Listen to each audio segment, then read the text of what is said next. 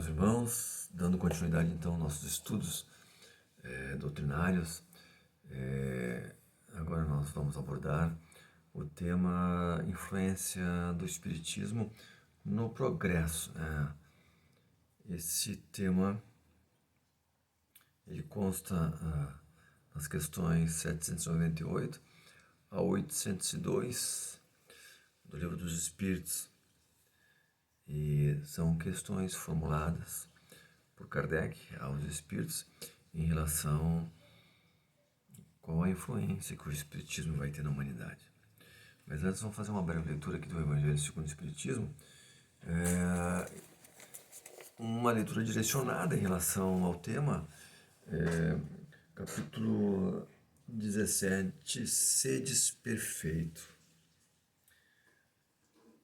Amai os vossos inimigos, fazei o bem ao que vos odeiam e orai pelo que vos perseguem e caluniam. Porque se somente amardes os que amam, que recompensa tereis nisso? Não fazei assim também os publicanos? Se unicamente saudardes os vossos irmãos, que fazei com isso mais do que os outros? Não fazem o mesmo os pagãos? Pois vós, outros perfeitos, como perfeito é o vosso Pai, Pai Celestial. Mateus 5, 44, 46 a 48. Isso aqui é um trecho do Evangelho contido em todas as Bíblias, independente se é católica, se é protestante, luterana, protestante luterana e evangélica, né? E nós temos aqui no nosso Evangelho algumas explicações, enfim, né, que são dadas. Então, assim, mais adiante, ainda no capítulo 17, contei o seguinte: os bons espíritos, os bons espíritas, bem compreendido, mas sobretudo bem sentido, o espiritismo leva aos resultados acima expostos, que caracterizam o verdadeiro espírita como cristão verdadeiro, pois que é o mesmo é que outro. O espiritismo não constitui nenhuma nova moral, apenas facilita aos homens a inteligência e a prática da do Cristo, facultando fé inabalável e esclarecida aos que duvidam ou vacilam. Muitos, entretanto, dos que acreditam nos fatos das manifestações, não lhes apreendem as consequências, nem o alcance moral. Ou se os apreendem, não os aplicam a si mesmos, a que atribui a isso algumas figuras que possam dar lugar a falsas interpretações. A clareza é a da sua essência mesma e é onde lhe vem toda a força, porque a faz ir direto à inteligência. Nada tem de misteriosa e seus iniciados não se acham de posse de qualquer segredo oculto ou vulgo. Aí depois continua aqui com esses esclarecimentos, essas informações, né? Mas a gente pode ter aqui já em relação ao que foi dito aqui, que na verdade a doutrina espírita como filosofia, ela não contém esses dogmas, né? Não há nada misterioso que não pode ser dado uma explicação que se possa entender o porquê disso, né? Não existe assim, doutrinariamente, na filosofia que Kardec codificou, esse é um mistério, né? Há sim situações de incompreensões, embora há explicação, porque no nosso atual estágio de compreensão, e muitas coisas nós não compreendemos, a gente finge que compreende, né? Eu digo isso quando a gente, por exemplo, a gente faz assim uma alusão que aquela constelação ela fica a 400 mil anos-luz do nosso planeta. É muito simples, né, falar isso aí e alguém entender isso, né? Como se 400 mil anos-luz do nosso planeta, essa constelação fica, embora a gente saiba que a luz percorre 300 mil quilômetros por segundo, e teríamos aí 60 em um minuto só, multiplicado por essa velocidade. E então nós temos aqui uma medida de tempo para que possamos ter uma noção da distância em que essa constelação ela está aqui. Mas não temos. Não temos, é uma mentira. Não que não tenha sido medido corretamente. Questões de laser, enfim, coisa assim. Não. A medição está correta. Mas nós não temos a compreensão, nós não sentimos a compreensão do distanciamento. Porque é uma coisa formidável. Então essa noção para nós não. Então as coisas são assim. O homem tem a lucidez de certas coisas, mas não tem a consciência. Isso é uma vez um médico, os mais velhos, vocês se lembram daquele acidente que teve em Goiás, com o Césio 137, né? E então, perguntado para o médico em relação às pessoas que tinham se contaminado, né, radioativamente, e o médico perguntaram para ele como é que estavam as pessoas. Aí o médico, isso faz mais de 20 anos, aí o médico disse essa frase, eu nunca mais me esqueci dela. E carrego comigo até hoje para muitas coisas, né? Porque muitas coisas servem para ti, para contribuir na filosofia da tua vida, né? Aí ele disse essa frase, né? Eles estão lúcidos todos. Acordados, né? Conversando. Mas não tem consciência do que aconteceu com eles. Então isso eu carrego para mim sempre, né? E a gente às vezes é assim, nós estamos lúcidos, mas não estamos conscientes. Nós temos lucidez dessa distância, mas não temos consciência dessa distância. Não conseguimos imaginar mentalmente essa, que é uma coisa tão formidável, né? Essa distância aí que... Mas deixa por isso mesmo, né? 400 mil anos luz da Terra. Então isso nós não temos compreensões de algumas respostas que nos foram dadas. Então, digamos, esses nossos irmãos, em forma energética, né, invisível, eles apontam a nossa dificuldade para que nós possamos entender.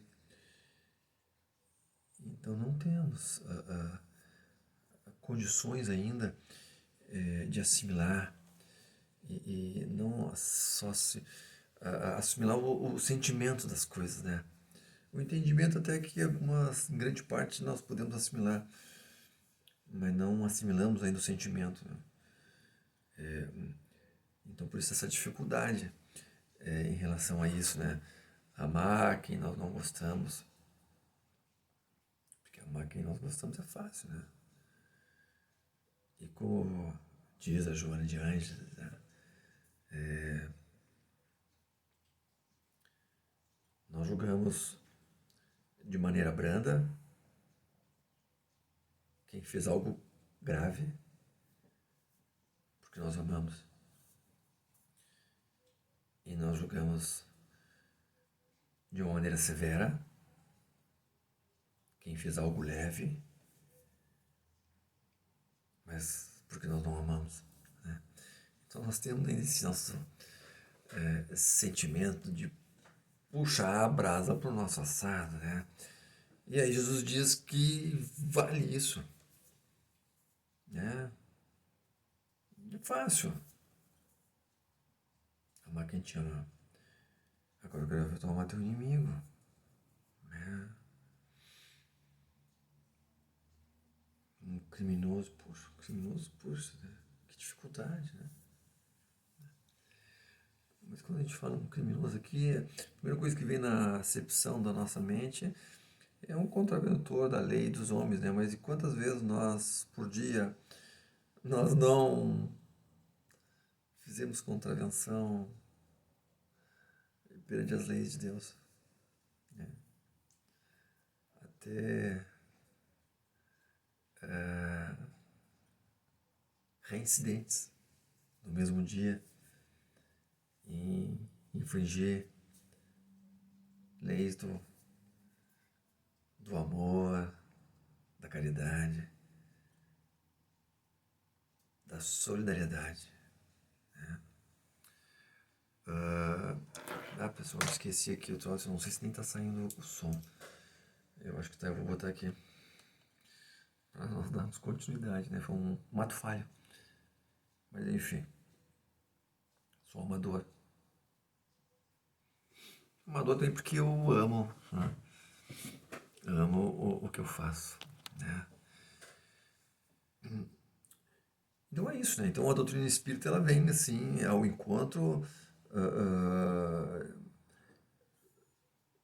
das dos modos, né? Para que o homem atinja ou vá à direção daquilo que é perfeito. E aquilo que é perfeito é o sentimento divino, o sentimento de Jesus. E que talvez um dia nós poderemos chegarmos, né? Não nesse momento reencarnatório, seria pretensão nossa, né? Nós nos equipararmos a esses seres de luz que habitaram esse planeta que é muito distante, né, em termos de moral. A média desse planeta está em relação a essas grandes personalidades que habitaram aqui o planeta para também alavancar no progresso humano, né? E é tão difícil, né? Tão lentamente o homem progride. Mas estamos aqui para isso, né? Estamos hoje já numa fase de entendimento e muitas vezes nós entendemos tudo que está escrito, temos na memória, mas não praticamos. Como Jesus falou, chamava os fariseus de hipócritas, né? Porque eles sabiam de cor e salteado as escrituras, as leis de Moisés, mas não cumpriam. As leis estavam nas suas cabeças e não nos seus corações, né? Paulo de Tarso disse isso, né? Quando foi para a Grécia e foi falar com aqueles proeminentes homens, filósofos, e ele tentava levar como apóstolo as palavras de Jesus, o cristianismo, né? Mas ninguém estava interessado. Aí ele disse, né? Vocês ensinam o bem aos outros, mas não conseguiram ensinar a si próprios. Então são situações que até hoje nós vimos, né? Da dificuldade, né? Do homem, né? Então, dito isso, né? Nesse primeiro momento, em relação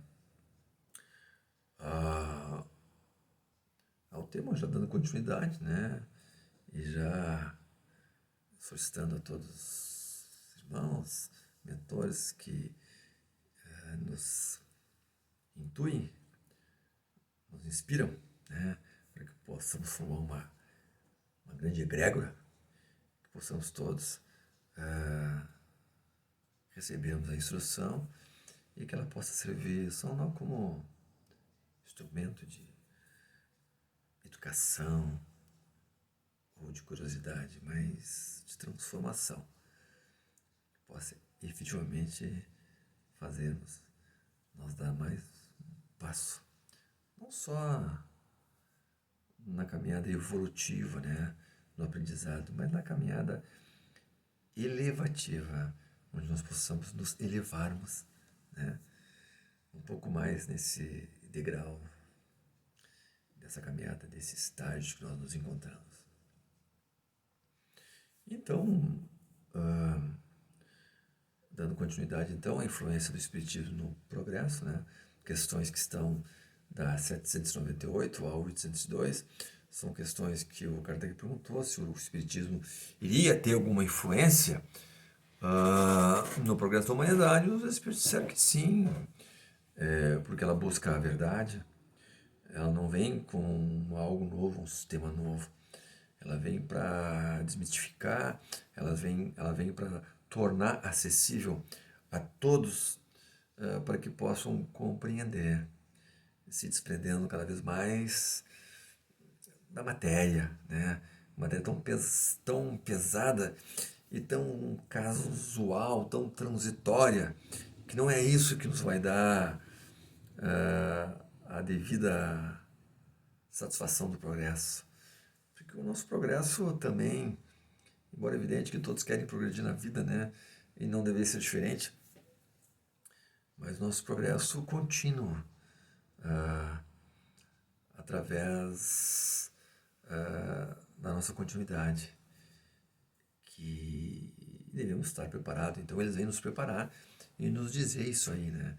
Quer dizer, o progresso de vocês, embora há um progresso aqui, um progresso material também, natural, mas o importante é se preocupar com o progresso nosso, da nossa alma, da nossa continuidade, porque nós vamos nos encontrar conosco ali adiante, né? Numa outra reencarnação.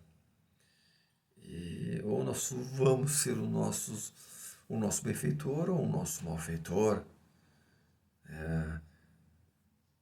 Nós podemos ser aquele que vai nos ajudar a nós mesmos, ou podemos ser aquele que vai nos prejudicar, nós mesmos sendo verdugo de nós mesmos. Então, o progresso é inevitável e a doutrina espírita, ela nos faz, nos dá a possibilidade para que possamos progredir sem mais ter este modo misterioso ou excluir ensinamentos em relação a tudo. Não temos nenhuma situação que podemos encontrar de uma maneira que não possa ser dita, né? Somente a um colegiado, a iniciados, a uma hierarquia, né, de informação. Não, o Espiritismo ele vem para dar acesso a todos, né, numa compreensão racional, lógica, sem nenhuma artimanha dentro da ciência. Inclusive Kardec manifestou por diversas vezes: se um dia nós estivéssemos falando algo contrário, depois que a ciência tivesse provado do que nós estamos errados, larguem o espiritismo, disse ele, e vão para a ciência. E até hoje, decorrido quase 200 anos da doutrina, não há ainda nada que a doutrina venha dizer contrário à ciência, né?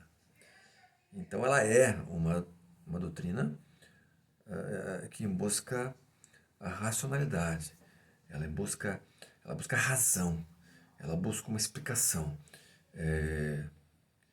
lógica e de conteúdo que possamos entender em diversas situações. Até pelo contrário, né?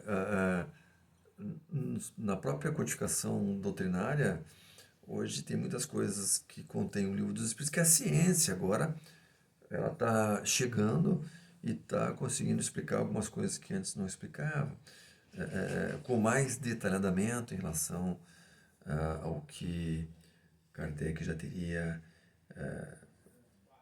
dito através das respostas dos espíritos, né? E depois na literatura doutrinária, inclusive a obra do próprio Chico Xavier, considerado alguns livros já como obra científica em relação ao que ficou dito no livro Evolução em Dois Mundos, né? Olha só, evolução em dois mundos, quer dizer, o progresso dos dois mundos, quer dizer, hoje a sociedade médica inglesa, ela considera esta obra uma obra científica, né? Uma obra produzida já há muitos anos, né? E ali ela definia já, inclusive, a função da glândula pineal, enquanto que a medicina não tinha ainda examinado ela com profundidade, né? Era até pouco tempo, há 30 anos atrás, ou menos ainda, 20 anos atrás, uma mera glândula que regulava o sono.